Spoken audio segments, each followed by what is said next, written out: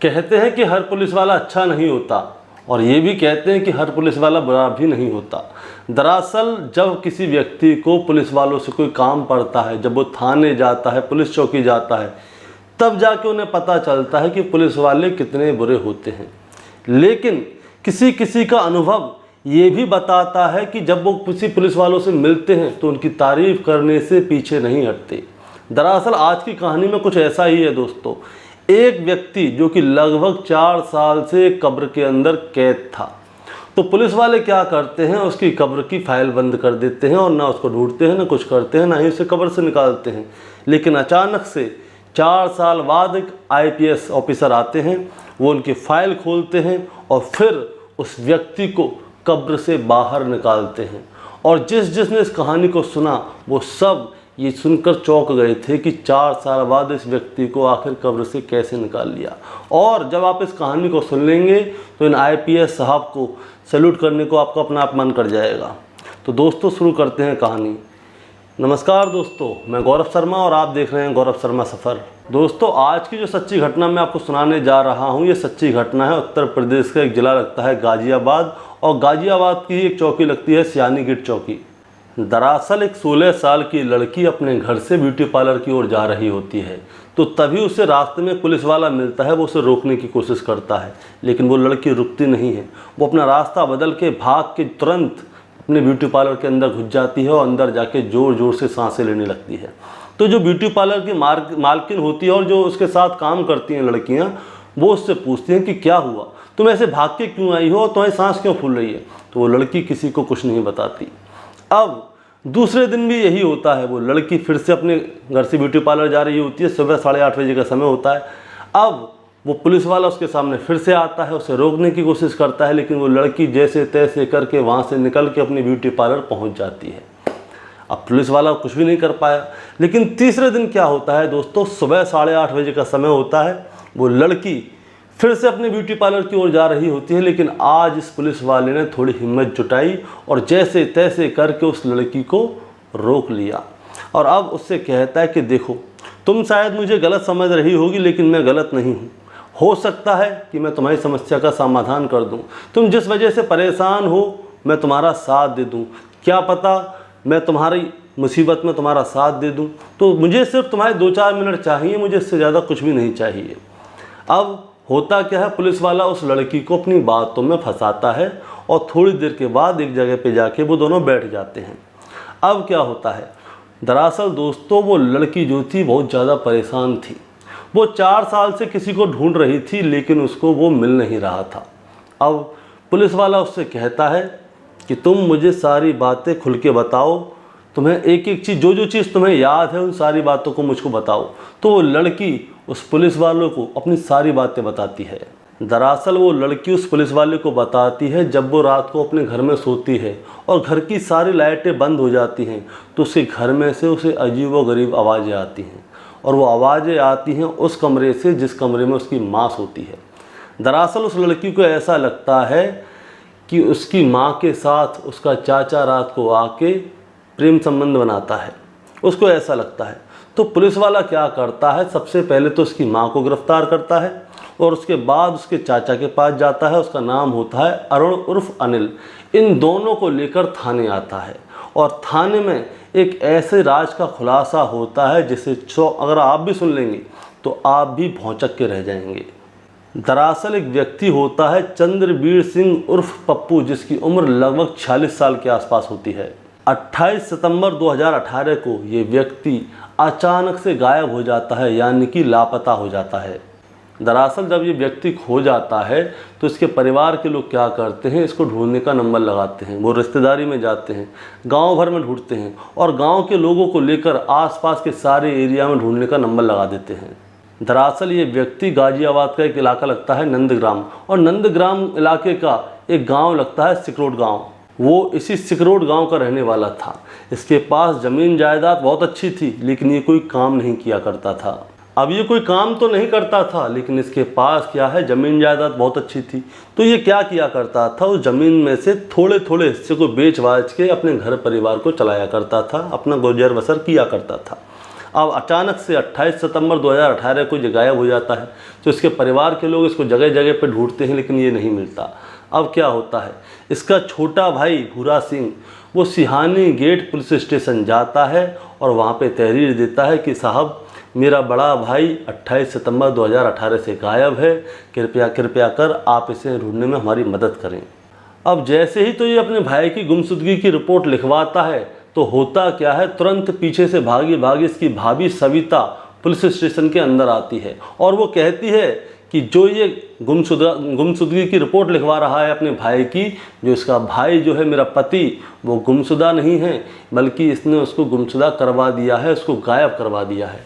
दरअसल 5 अक्टूबर 2018 को इनकी रिपोर्ट तो लिख ली गई थी, लेकिन उसके बाद में क्या होता है, इन दोनों के बीच में मतभेद शुरू हो जाता है और इन लोगों के बीच में लड़ाई होना शुरू हो जाती है, दोनों देवर भाभी के बीच में। अब देवर तो कहता है कि ये भाभी ने गायब करवा दिया है, लेकिन भाभी कहती है कि मेरे देवर ने मेरे पति को गायब करवा दिया है, क्योंकि मेरे पास बहुत सारी ज़मीन जायदाद है और मेरा देवर जो है उस ज़मीन जायदाद पर कब्जा करना चाहता है और उसी वजह से इसने अपने बड़े भाई को गायब करवा दिया है। अब दोस्तों, देवर भाभी के ऊपर इल्ज़ाम लगाता है और भाभी देवर के ऊपर इल्ज़ाम लगाती है। तो पुलिस वाले क्या है, इन दोनों की बात को सुनते हैं, तो इन दोनों की बातों को सुन के उनको कोई समझ में नहीं आता। तो पुलिस वाले क्या करते हैं, इन दोनों को गिरफ्तार करते हैं और जेल के अंदर डाल देते हैं। अब जेल के अंदर में इन दोनों के साथ सख्ती भी दिखाई जाती है, प्यार से भी पूछा जाता है, लेकिन पुलिस वालों को कुछ भी हासिल नहीं होता। अब पुलिस वालों को कुछ भी हासिल नहीं हुआ है, तो वो क्या करते हैं, इस केस के ऊपर ज़्यादा ध्यान नहीं देते और इस केस पे फाइनल रिपोर्ट लगाते हैं और इस केस को बंद कर देते हैं। अब बंद कर देते हैं तो इस फाइल के ऊपर फाइल के ऊपर फाइल रखी चली जाती है, यानी कि केस दब जाता है और जो फाइल होती है वो धूल फेंकने लगती है। लेकिन एक समय ऐसा भी आता है, वो डेट थी 4 अप्रैल 2022, यहाँ पे IPS ऑफिसर मुनिराज जी की तैनाती होती है। अब जब उनकी तैनाती होती है तो वो क्या करते हैं, गाज़ियाबाद का एक भ्रमण करते हैं, उस गाज़ियाबाद ज़िले की बारीक से बारीक बातों को जानने की कोशिश करते हैं। उसके बाद में ये अपने ऑफिस में जाते हैं और जो अपना स्टाफ होता है उनसे कहते हैं कि मेरे पास उन केसों को लेकर आओ जिनमें कि FR लग चुकी है, यानी कि फाइनल रिपोर्ट लग चुकी है, और कुछ लोग जो गायब हो चुके हैं, जो कि आज तक नहीं मिले, उन सारी रिपोर्टों को तुम मेरे सामने लेकर आओ। अब जब मुनिराज जी के सामने बहुत सारी फाइलें आती हैं, तो उनमें से एक फ़ाइल धूल फेंक रही होती है और वो फाइल होती है चंद्रवीर सिंह उर्फ पप्पू की, जिसकी उम्र लगभग 46 साल होती है, जो कि सिहानी गेट पुलिस थाने के एरिया का रहने वाला होता है, जो कि लगभग 4 साल से गायब है और उसके बारे में आज तक कोई भी अता पता नहीं है। अब उनको ऐसा लगता है कि इस आदमी के बारे में जांच पड़ताल की जाए और इस केस का खुलासा किया जाए। तो वो क्या करते हैं, उनके पास एक ऑफिसर होते हैं क्राइम ब्रांच के, इनका नाम होता है अब्दुल रहमान सिद्दीकी। वो उनको अपने पास बुलाते हैं। वो कहते हैं कि मुझे इस आदमी के बारे में पूरी जांच पड़ताल चाहिए, आखिर इस मामले का क्या हुआ, मैं ये भी जानना चाहता हूँ कि इस मामले में आखिर FR लगी तो क्यों लगी। अब अब्दुल रहमान सिद्दीकी क्या करते हैं, उसके गांव जाते हैं और उस आदमी के बारे में छोटी छोटी बारीक बातें, सारी चीज़ें जुटाना शुरू कर देते हैं कि ये कहाँ का रहने वाला था, कहाँ से आया था, इसके घर में कौन कौन था।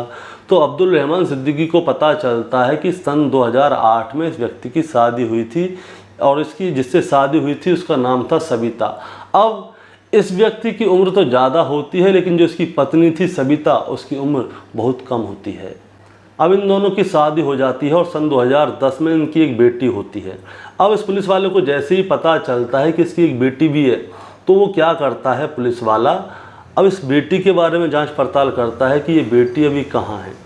अब जब वो आदमी जब गायब हुआ था तो उसकी बेटी की उम्र थी 11 साल, लेकिन 4 साल बाद उसकी बेटी की उम्र हो गई थी 15-16 साल। अब वो 15-16 साल की लड़की जो है एक ब्यूटी पार्लर में करती थी काम। अब जब वो काम करती थी तो मैं शुरुआत में जो आपको बताई थी कि एक पुलिस वाला जाके उसको रोका करता था, तो वो पुलिस वाला कोई और नहीं अब्दुल रहमान सिद्दीकी थे और वो उस लड़की से उसके पिता के बारे में जांच पड़ताल करने के लिए रुक रहे थे। अब वो एक दिन लड़की को रोक भी लेते हैं, तो उससे पूछते हैं कि तुम्हारे पिताजी कहाँ हैं, उनके बारे में बताओ। तो लड़की बताती है ऐसे ऐसे करके, मेरे पिताजी 4 साल पहले गायब हो गए हैं, लेकिन मेरे घर में रोज़ाना रात को लाइट बंद होने के बाद में अजीब अजीब सी आवाज़ें आती हैं। अब अजीब अजीब आवाज़ किसकी आती हैं, तो वो बोलती है कि मेरी माँ के कमरे से आती हैं और मुझे ऐसा लगता है जो मेरा पड़ोसी मेरा चाचा है वो मेरी माँ के साथ आके रात को संबंध बनाता है। अब चाचा कौन था उसके बारे में पता चलता है, तो उसका पता चलता है अरुण उर्फ अनिल, ये उसका चाचा होता है और उसकी माँ का नाम होता है सविता। तो पुलिस वाले क्या करते हैं, सविता और अरुण को उठाकर थाने ले आते हैं और थाने में आकर उनके साथ सख्ताई दिखाते हैं और फिर जो राज का खुलासा होता है जिसे सुनकर सभी लोग चौंक जाते हैं।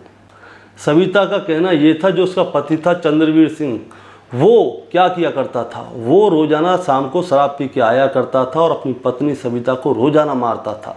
उसका कहना था कि मेरा पति मुझे कोई अपनी पत्नी नहीं समझता था, वो मुझे कोई मशीन समझता था, कोई जानवर समझता था। वो जब भी शराब पी के आता था और मुझे मारता था। अब वो मुझे इतनी ज़ोर ज़ोर से मारता था कि मेरी चीखों की आवाज़ घर के बाहर तक जाती थी। अब दोस्तों, उसकी चीखों की आवाज़ जो है उसके पड़ोस तक जाती थी और उसके पड़ोस में ही एक अरुण उर्फ अनिल है जो कि इसका ख़ानदानी देवर है। इन दोनों की दीवारें ऐसे करके जुड़ी हुई थी, तो उसके पास तक इसकी आवाज़ जाती थी। अब अरुण की शादी हुई नहीं है, तो अरुण क्या करता था, शाम को दीवार फलांग के सविता के पास पहुंच जाया करता था। अब ये अरुण जो है सविता के पास पहुंच जाया करता था तो इन दोनों में बातें होती थी। तो अरुण क्या करता था, उसके गम को बांटता था। अब उसके गम को बांट रहा है तो इन दोनों के बीच में क्या है, प्यार बढ़ जाता है और प्यार बढ़ जाता है तो इन दोनों के बीच में अवैध संबंध बढ़ जाते हैं। अब जब भी अरुण के मन में आती थी तो वो बाउंड्री फलांग कर आता था और सविता के साथ में संबंध बनाया करता था। अब होता क्या है, एक दिन ये दोनों संबंध बना रहे होते हैं, तभी वहाँ पे चंद्रवीर सिंह आ जाता है, यानी कि सविता का पति आ जाता है। तो वो इन दोनों को आपत्तिजनक हालत में देख लेता है। तो वो क्या करता है, वो इस बात का विरोध करता है और सविता से कहता है कि आगे से तुम्हें अरुण से मिलने की कोई ज़रूरत नहीं है। अब अरुण और सविता क्या करते हैं, ये दोनों फैसला करते हैं कि क्यों ना इस चंद्रवीर सिंह को रास्ते से हटा दिया जाए।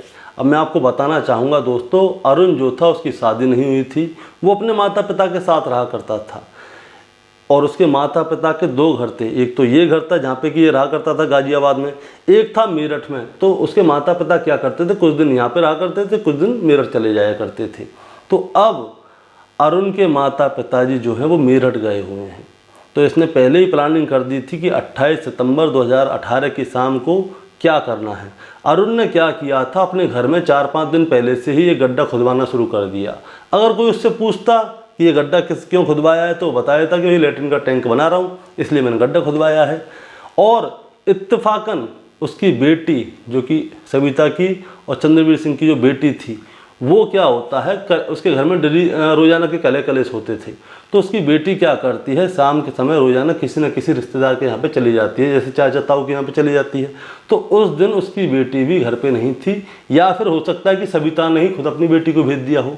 अब क्या होता है, चंद्रवीर सिंह की होती है एंट्री। अब चंद्रवीर सिंह की एंट्री होती है तो वो आके अपने घर में सबसे पहले कले कलेश करता है, सविता को मारता है, पीटता है। उसके बाद में सविता उसको खाना खिलाती है। अब जैसे ही वो सोने जाता है तो सविता क्या करती है, उसके मुंह पे तकिया लगाती है और ऊपर से गोली मार देती है। जैसे ही वो गोली मारती है तो चंद्रवीर सिंह के सर से बहुत ज़ोर से खून बहने लगता है। तो भक्के जाती है और एक प्लास्टिक की बाल्टी उसके सर के नीचे लगाती है ताकि उसका खून बह के बाल्टी में जाए, इधर उधर न फैले।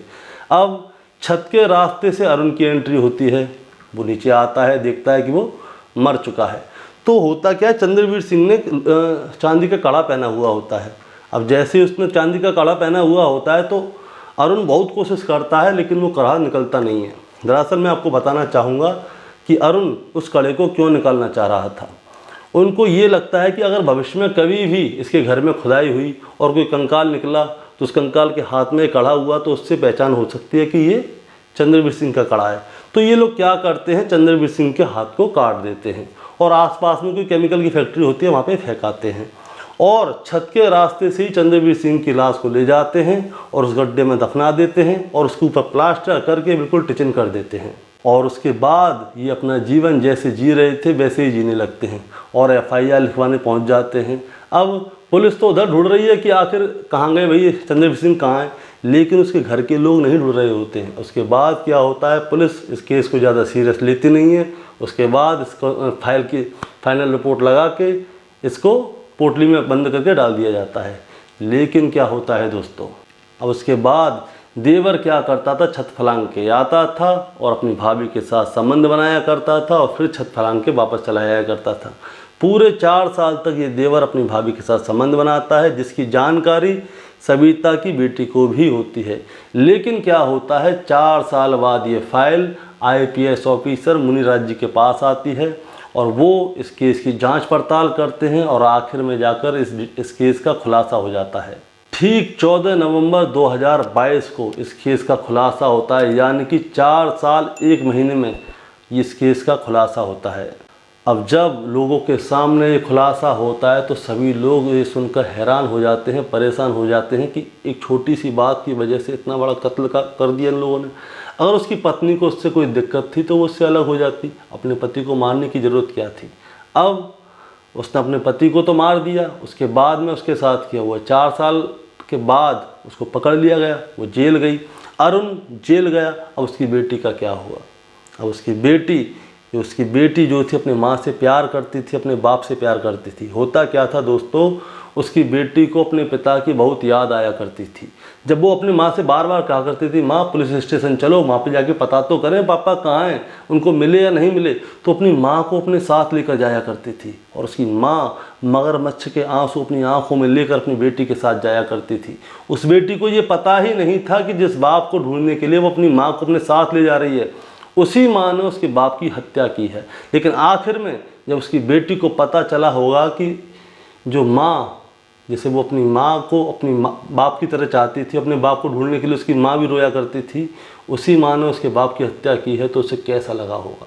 और आज वो लड़की किस तरह से अपना जीवन यापन कर रही होगी, वो अपनी माँ के लिए क्या सोचती होगी। दोस्तों आप ही बताइए कमेंट में वो क्या सोचती होगी। आपको दोस्तों ये कहानी सुनाने का मतलब आपको परेशान करना या विचलित करना नहीं था, बस आपको सतर्क करना था। नमस्कार।